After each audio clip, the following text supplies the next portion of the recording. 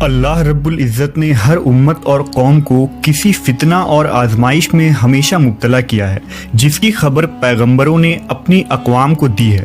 امت محمدیہ کے لیے ایک بڑی آزمائش وحشی اور درندہ صفت قوم کے خروج کی شکل میں لکھ دی گئی ہے، جس کے وقوع پذیر ہونے میں کوئی شک نہیں۔ آخری نبی محمد صلی اللہ علیہ وسلم نے احادیث مبارکہ میں اس فتنے کی خبر نہایت ہی وضاحت کے ساتھ دی ہے۔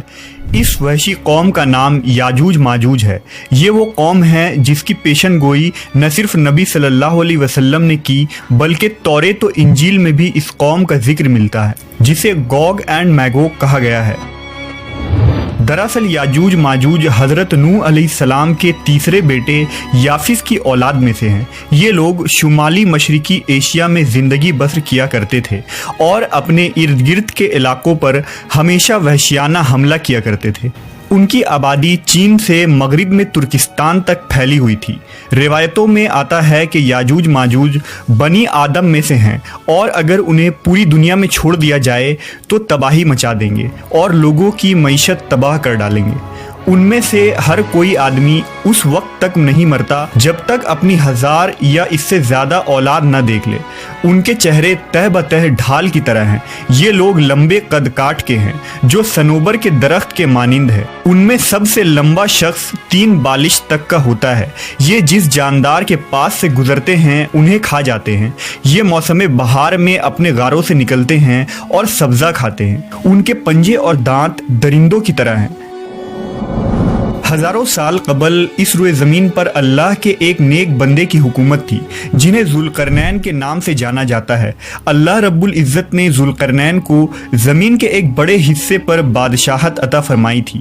آپ نے مشرق و مغرب کا سفر بھی کیا تھا۔ مورخین کے مطابق ذوالقرنین کے نام سے قرآن مجید میں جس شخص کا ذکر آیا ہے، دراصل وہ ایران کا عظیم بادشاہ خورس تھا، جسے سائرس اعظم بھی کہا جاتا ہے۔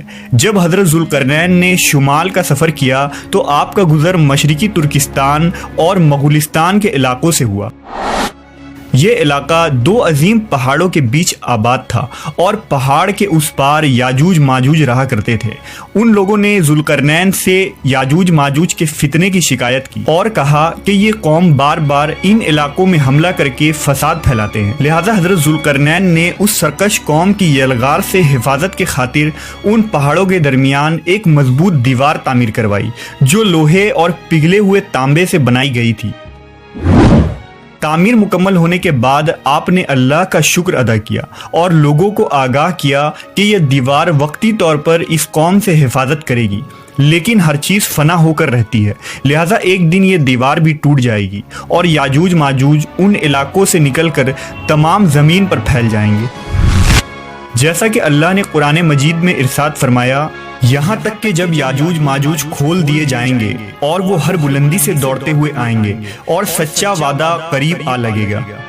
حضرت ابو ہریرہ سے روایت ہے کہ رسول اللہ صلی اللہ علیہ وسلم نے فرمایا، پھر وہ دیوار توڑ کر لوگوں پر نکل آئیں گے، سارا پانی پی جائیں گے، لوگ قلعہ بند ہو جائیں گے، وہ ہر ٹیلے سے بھاگتے ہوئے آئیں گے، ان کے اگلے افراد بحیرہ طبریہ سے گزریں گے تو اس کا سارا پانی پی جائیں گے، اور ان کے آخری افراد وہاں سے گزریں گے تو کہیں گے کہ کبھی یہاں پانی ہوا کرتا تھا، اور حضرت عیسیٰ علیہ السلام اور ان کے ساتھی محصور ہو جائیں گے، یہاں تک کہ بیل کا سر تمہارے موجود 100 دیناروں سے بھی زیادہ قیمتی ہوگا۔